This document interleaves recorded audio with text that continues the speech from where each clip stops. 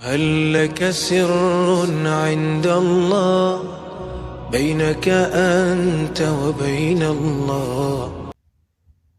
شنونده گرامی قدر و عزیزم، دین لباسی نیست که پوشیده شود و برآورده شود. دین هوایی است که او را نفس میکشیم و با او زندگی میکنیم. علاقه ما با دین علاقه ما با هواست. اگر دین را نفس نکشیم، با دین زندگی نکنیم، پس مرگ در انتظار ماست. اصل دین دانستن بزرگی و عظمت الله است. برای اینکه بزرگی و عظمت الله را درک کنیم، ما باید در مخلوقات فکر کنیم، اندیشه کنیم. الذين يذكرون الله قياما وقعودا وعلى جنوبهم ويتفكرون في خلق السماوات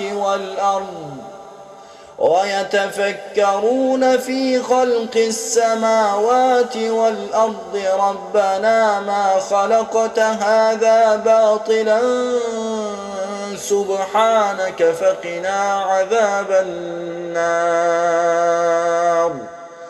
ربنا إنك من تدخل النار فقد أخزيته وما للظالمين من أنصار.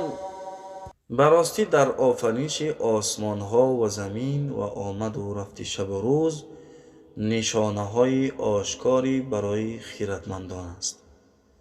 کسانی که الله را در حال ایستاده و نشسته و بر پهلوی خویش یاد میکنند و در آفرینش آسمان ها و زمین می اندیشند و گویند پروردگارا اینها را بیهوده نیافریده ای، منزهی، پاکی تو، پس ما را از عذاب آتش دوزخ نگه دار.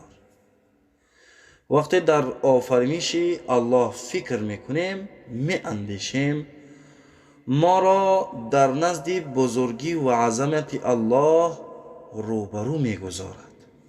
برای همین اندیشیدن راهی به سوی درک کردن عظمت و بزرگی الله است.